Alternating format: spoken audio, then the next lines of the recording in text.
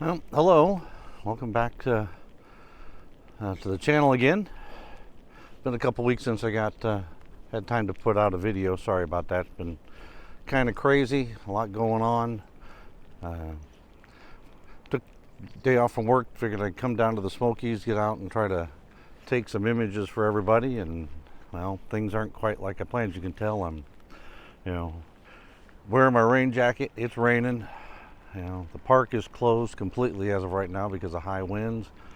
It's early in the morning, just about 7 a.m. I'm up here at what's called the Gatlinburg Overlook. I don't know if you've ever been here, but actually the first time I've ever stopped here. I thought what I'd do is, since there's really not much, to take an image of, since I can't get in the park, I'd try to capture an image of the town, still kind of here at blue hour, to see what it looks like. So I'll turn the camera on here so you can kind of see what I'm looking at. It is raining, winds are blowing, fairly heavy, probably about 45, 50 mile an hour.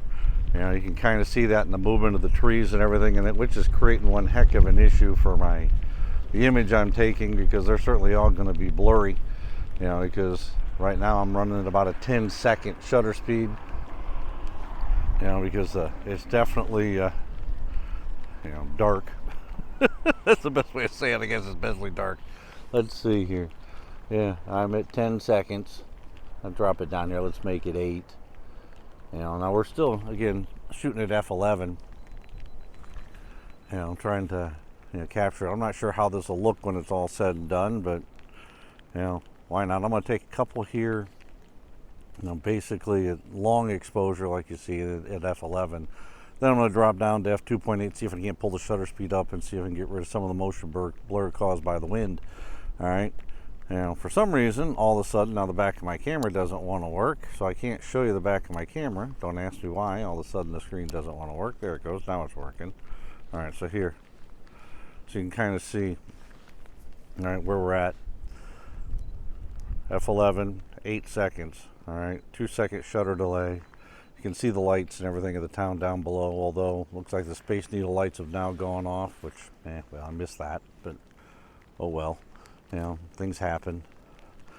Anakeesta is still lit up there on top, off to the, I don't know if you can tell it from here, but out here, that's Anakeesta Mountain, and it's a nice place to hang out if you're looking for something to do. Never been up there myself, but all the reviews are really good.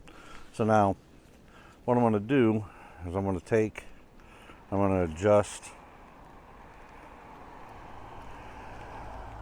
Let's go down. Let's take the shutter, or take down to 2.8, and you see everything brightens way up. So then what we got to do is we got to speed up the shutter speed and pull ourselves in a little bit. So now, even with that, at ISO 100, all right, we're at that, we're at ISO 160. Let's take ourselves up.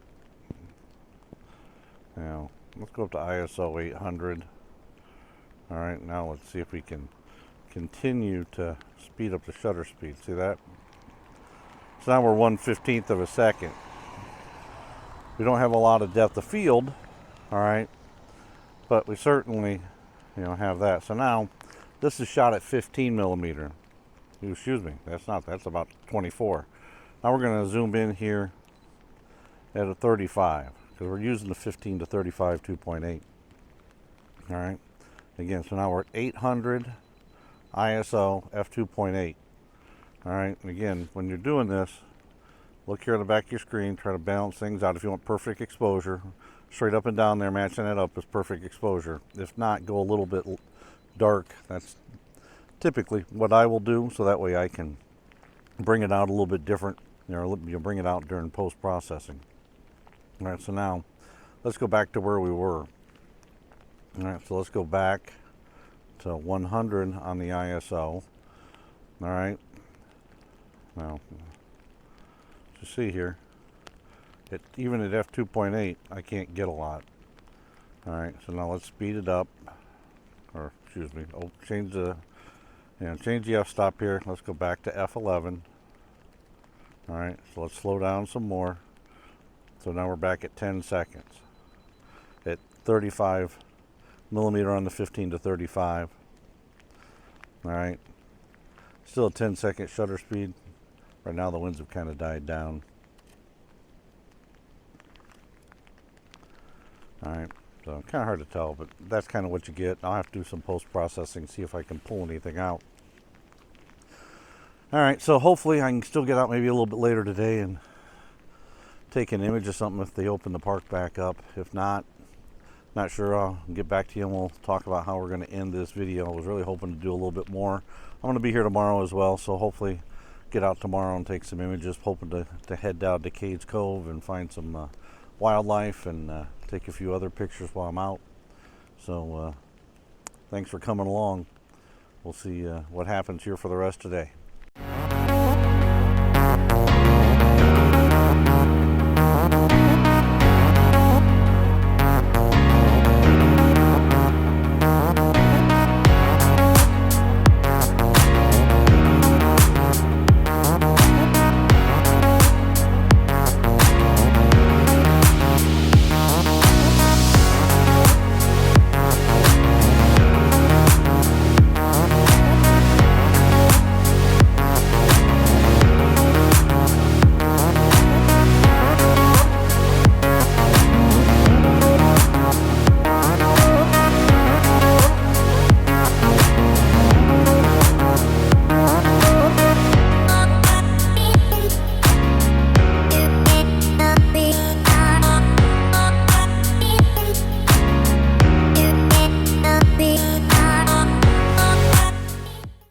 Alright, so as you can tell, for whatever reason, my microphone didn't work and I don't have any sound. Didn't know this until after I got home, so I'll record this from my office, so you can at least try to understand what I was trying to communicate here, and what was going on. So, the weather, as bad as it was, I wasn't able to get to the elevations I wanted, so I had to look for other opportunities. So what I did was I drove around and found a spot on the Little Pigeon River that I could access, that I wanted to, try to see if I could go and photograph it. And so what I was trying to explain here is how I got there, which wasn't easy, and it wasn't, let's say, a simple, easy, just walk up to the river and take a shot. No, there was a lot of climbing and finding proper access and, walking in precarious places to get there, which I seem to find myself doing way too often, especially on this trip.